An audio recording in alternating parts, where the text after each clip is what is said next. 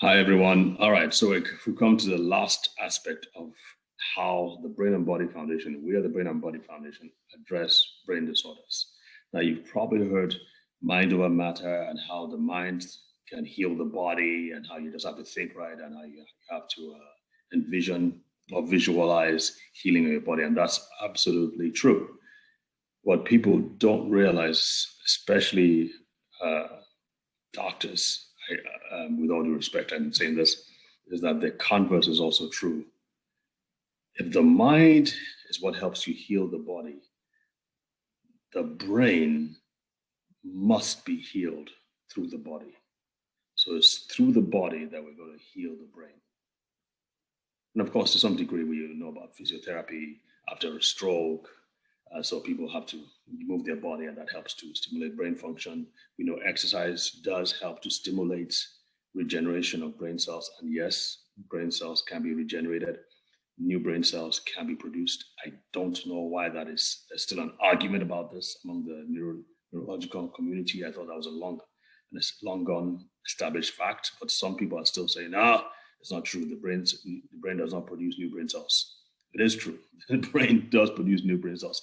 Please, let's move on from that. All right, that aside, if we're dealing with the brain and we're trying to recover the brain, we have to address, amongst other things, gut health, the digestive system.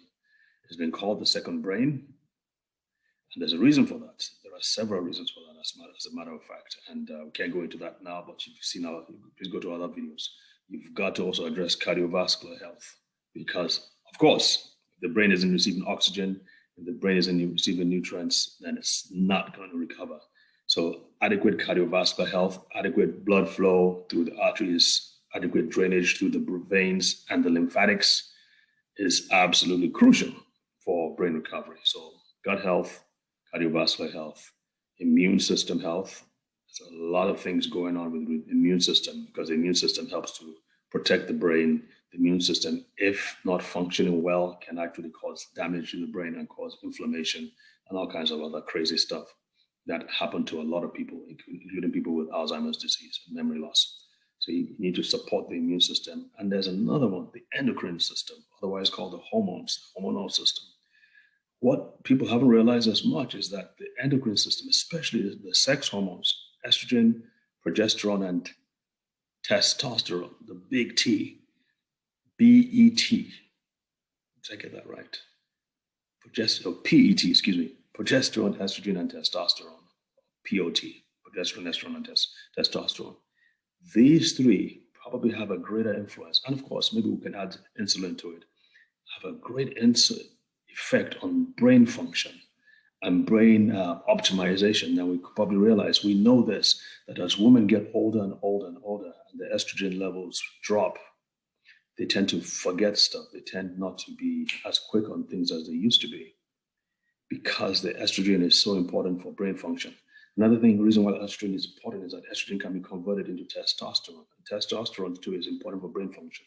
The brain also needs progesterone. We now know that progesterone receptors are in the brain of men as well as women.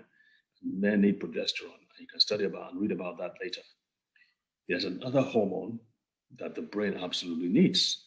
It's actually a pre-hormone or pro-hormone, and it's called vitamin D. It's not really a vitamin, it's more like a pre-hormone that helps to form in the formation of these other hormones as well. And there are receptors in the brain that require, anyway, anytime you hear a receptor anyway, it means that the cell itself needs that substance. And in this case, it's vitamin D. And there are lots of vitamin D receptors in the brain, meaning that the brain requires vitamin D to function. And it functions as a hormone, especially in the brain. So those four systems, the gut, the cardiovascular system, the endocrine system, and the immune system, all play a huge role in the recovery of the nervous system. So we need supplements or nutraceuticals to help in each of these systems.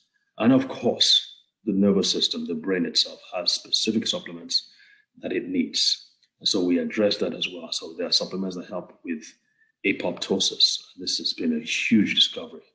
By the way, we've been using them for the past 3 years now, and I got to tell you, I just thank I just thank the good Lord for introducing me to Dr. Bill McAnally and to the team at Aroga, because their discovery of how to use nutrients to stimulate apoptosis. Apoptosis simply means programmed cell death. It's a way in which the body gets rid of damaged or dysfunctional cells and gets them out of the way so that the body can make new cells in their place. That is huge, because sometimes cells that just get damaged and they just stay there. They stay in the way, they don't get out of the way, and it just cause problems. So apoptosis is very important. Probably I'm going to do a separate video for the specific supplements that we use. So let's take a break here and we'll be right back.